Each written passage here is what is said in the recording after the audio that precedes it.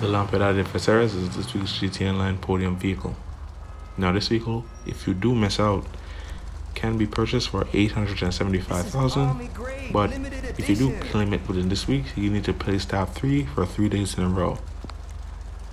So we're going to customize the car, then I'm going to give you a basic review on if this thing is worth winning or buying at the end. So we're going to actually speed through the customization as it's not that important, but just know this vehicle is fully mechanically upgraded. Being honest with you guys, I did not know what this vehicle was when I first saw it on the podium vehicle trailer. So I've watched a couple of videos and the overall reaction to this thing is basically saying it's a good track car, but with the Doomsday Heist being such a long time ago, I want to see how it stacks up on the street against something that is more recent. And also, this car is in the Sports Classics class, where if you're on next gen, the best thing to get in the Sports Classics class would be the HSW Gran Turismo Classic, right? So if you're on last generation, you might have some interest in this vehicle.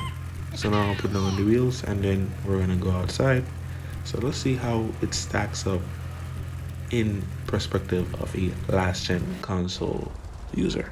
So we are outside and definitely liking how this thing is sounding. It has a nice soundtrack so far.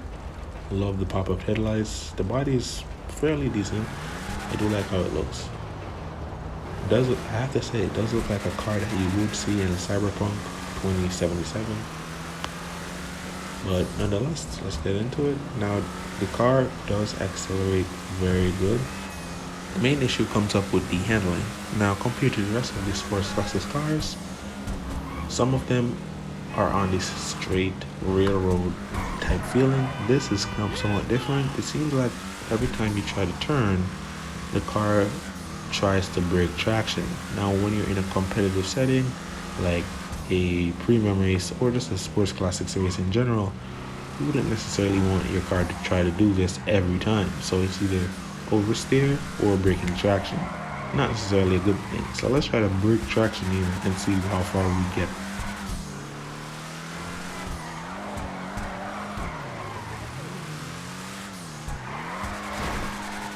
Not bad on the braking traction, because those are definitely not drifts. I would say those are more power slides than anything.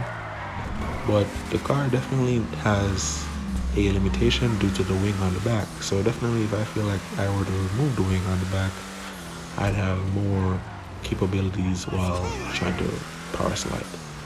But the car does perform pretty well. The acceleration is making up for the bad handling. If you know the course, you should be able to do fine with this thing. As I said before, let's imagine that the HSW cars do not exist, which they don't on last generation consoles. This thing should perform with the top cars in that class. So Sports Classics class, they should be easily one of the best contenders there, as long as you're up to par with your racing and you know your do's and don'ts when driving in that race. So let's move on to the final part of the video. So let's wrap it up. The vehicle is worth getting no matter which generation of console you are on.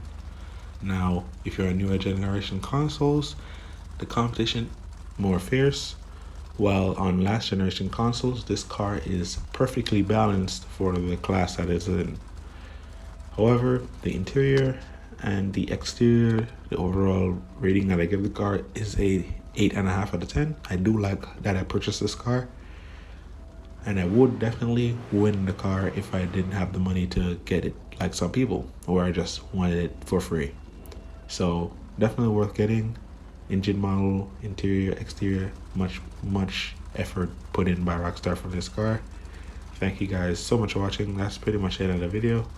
Please like, comment, and subscribe. Will you be getting this? Yes or no? Comment down below.